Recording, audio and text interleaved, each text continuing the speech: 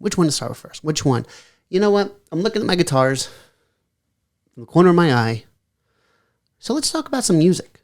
Let's talk about some entertainment, as it were. Well, both topics are entertainment, and I'm just lollygagging now. So here we go. One of the best accidental things that ever happened to me was learning to play bass and getting into a band in my younger years. So the reason I got into playing music was not for the ladies, was not for the accolades, it was not for the promise of potential millions upon millions of dollars.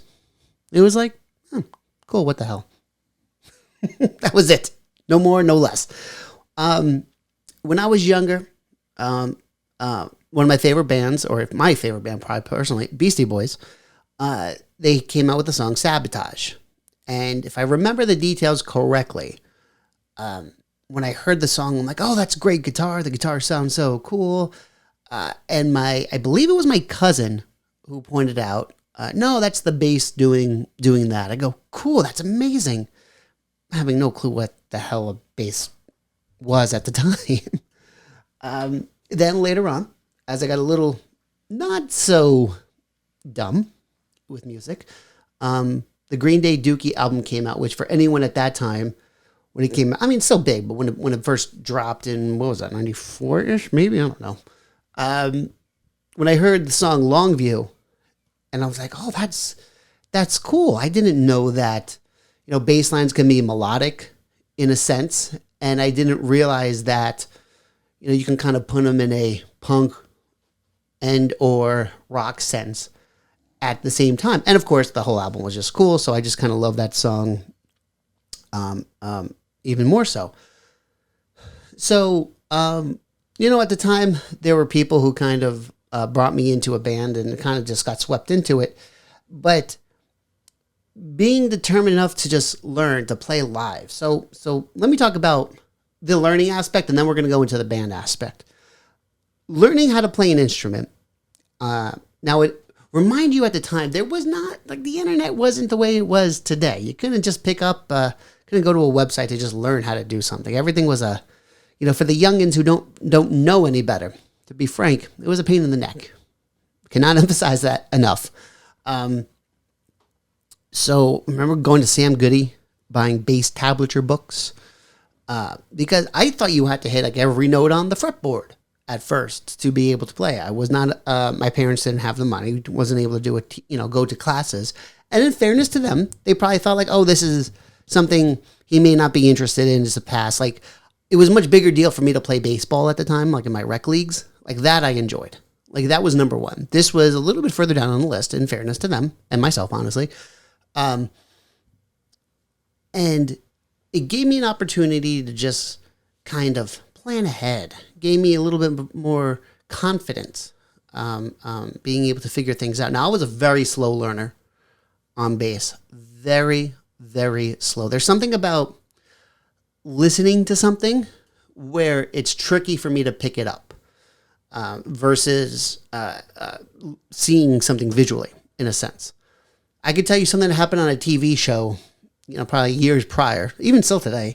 But if there was a certain few like notes in a song, I couldn't remember how it is off the top of my head. I'm like, yeah, if I sat down, I can probably figure it out. But like, I need time. I'm still like that, like I said. So, anywho, I'm kind of semi-digressing. So learning the instrument just caused me to think in a different way, caused me to challenge me in a unique sense. And it bolstered my creative thinking, where let's say if I'm playing a certain bass line, perhaps I'm like, oh, what can I do to jazz it up a little bit? Quite literally.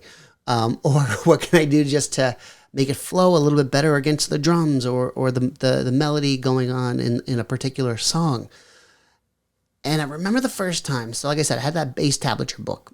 And again, we didn't have like the file. You can just play, stream something. The whole idea of trying to even listen to something on YouTube was not quite there yet. And I remember the 2 songs that I was able to play, or 3 songs, because I was hearing them on the radio. So eventually I would have heard them, or I had maybe some CDs, if I remember correctly, on MySpace too as well. I don't know. It was a Lenny Kravitz song. It was Offspring's The Kids Aren't All Right, and Blink-182's What's My Age Again. And I remember I did have the Enema of the State album, so I'm like, oh, let me kind of fiddle around. So like those two first bass notes, the do-do-do-do-do-do-do-do. I remember when I was looking into the bass tablature, I figured out how to, what was the corresponding notes on the fretboard. And I remember I stopped playing. I go, holy moly. I cursed a lot harsher than that. But like I couldn't believe I was able to play the same exact sound because I didn't understand the whole concept of it. Again, it was foreign. But learning how to play, learning how to build a structure, added to the creative force and added to the ability to be proud of something that I was either constructing or able to accompany with somebody else at the same time. So that's the base building aspect of it. Why it was so great to be in a band. Ooh, I don't even know where to begin.